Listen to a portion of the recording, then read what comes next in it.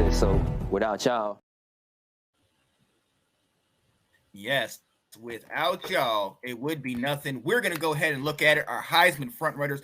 Obviously, Alex, there's the Michael Penix Jr.'s. There's the Bo Nix, the Marvin Harrison Jr. These guys are obviously far and away up there.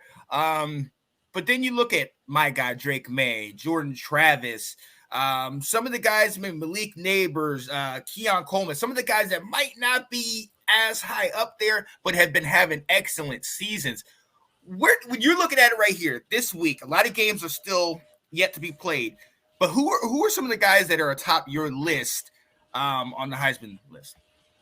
So my top four right now, probably 4-1, would be Jordan Travis, JJ McCarthy, Bo Nix, and then Michael Penix. Mm-hmm. I feel like if Washington runs the table, Penix is going to win the award. Yep. I feel like that's just cut and dry. He's had a phenomenal season. The numbers back him. If they go undefeated, beating Oregon twice, it's his. Bo Nix is playing such good football right now that he's launched himself back up there.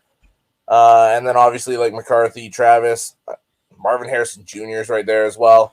The guy you shouted out as well, Ollie Gordon, he's right there too. Yep. He is right there for me. Yeah, so and I'm right there with you. The only difference I have is I have Bo Nix right outside. I have JJ McCarthy, absolutely, because of that play. I have Michael Penix Jr. And again, that we are all expecting Oregon and Washington to meet in the Pac-12 championship. So that game could be huge and it's a deciding factor. But I got those two guys.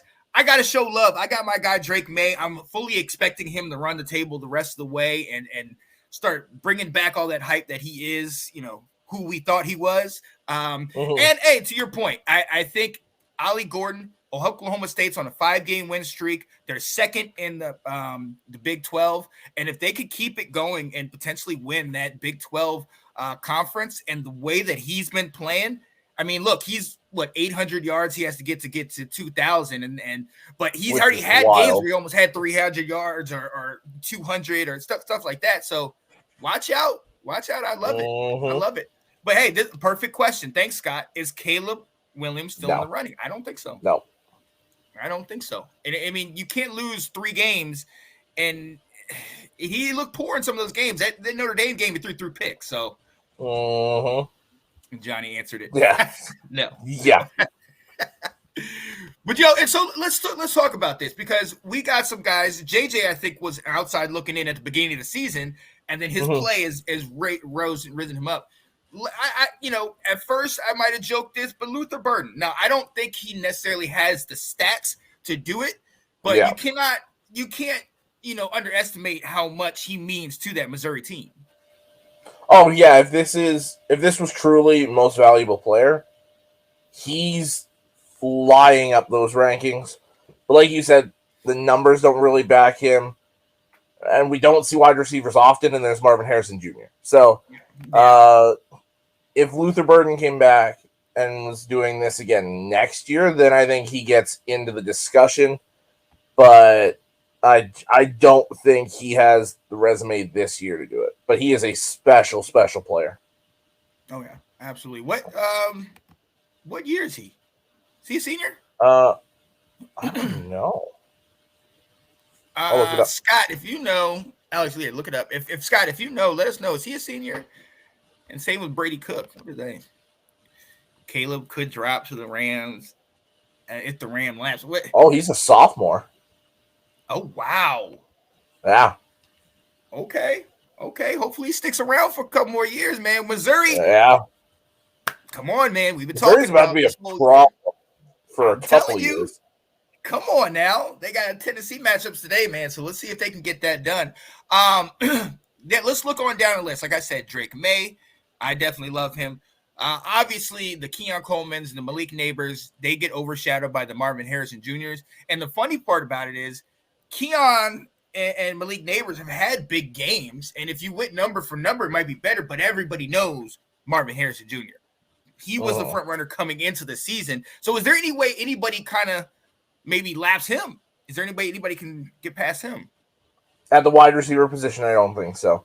just all the hype, all the exposure that Marvin Harrison Jr. is getting. With that Michigan game coming up, I feel like at the wide receiver position, Marvin Harrison Jr. has got that lockdown. Yeah. And and shout out to him. We already know how high of a pick he's gonna potentially be once he comes into the draft. Probably a top 3 pick, yeah. Right. But that's a matchup problem. That's absolutely a matchup problem. Oh, Odunze and those guys in Washington. What about them? I mean, obviously they're having a great year and they go as Penix goes, but what do you think about those guys? I think, for me, when you look at the Heisman and that kind of stuff, Penix spreads the ball around too much for Odunze, for McMillan, for Polk, for any of those guys to be in this discussion, because you look at Ohio State and it's pretty much – now there's been a couple games where like Ibuka goes off or Stover goes off, but it's typically Marvin Harrison Jr. finishes a game with 10-plus targets, 5 to 8 receptions, over 100 to 150 yards, and multiple touchdowns. So where any given week, Odunze could be the guy, McMillan could be the guy, Polk could be the guy. There's just too many top dogs in that offense right now for any of these guys to kind of go into that Heisman discussion. Oh, yeah. No, absolutely. Johnny, get out of my head. All right? Let me run the daggone show. I feel you guys focus too much on the offense this year. Where's my defensive players? That's what I was about to ask. You know, it takes the likes of a Aiden Hutchinson, a Charles Woodson, I'm about to say Jadeveon Clowney didn't get that high in his, but his junior Dominican Sue was second in the Heisman race, and Dominican Sue's another one. I don't feel like there's anybody this year that have really kind of has jumped off the page, even as much as like last year with Will Anderson Jr. Like maybe Jeremiah Trotter, but not Heisman worthy, not in my opinion. Yeah, no, there hasn't really been that massive standout guy this year. I mean, there's the elite players, the Jared Verses, the Traylon Bryces, or Braylon Trice, sorry. There's elite players scattered all across the country at that defensive side of the ball. But it took Hutchinson having a 15-sack season to be in the discussion for it. You have to be that consistent game breaker with the numbers to back it up. Jared Verse, yeah, he is a phenomenal player. Probably a top 5, maybe top 10 pick in this year's draft. But the numbers don't necessarily back him up. Right. Ben Cornett, I knew Alex wasn't in his normal spot, so the rumors are true. He's at State College motivating his team right now and doing the show in one of the janitor's closets right now. Man, He's on location. I wish I was in State College right now for this game. He's been having interviews with Jim Harbaugh. You know, people don't know. Alex is about to go on the sidelines and call the plays. He's been waiting for this moment his whole life. This is it. This is it. They need somebody to take over the Stallions role. So come on now. And if you have seen his NCAA franchises, you know he can take them to the top. Let's go. JMU was a powerhouse for a decade. Come on now. Hey. Speaking about JMU, wait a minute. Can't say it in this household because JMU surprised somebody. Yes, they did. Wow. Mm-hmm. Woo. Alex, was it you stealing? Can neither confirm nor deny.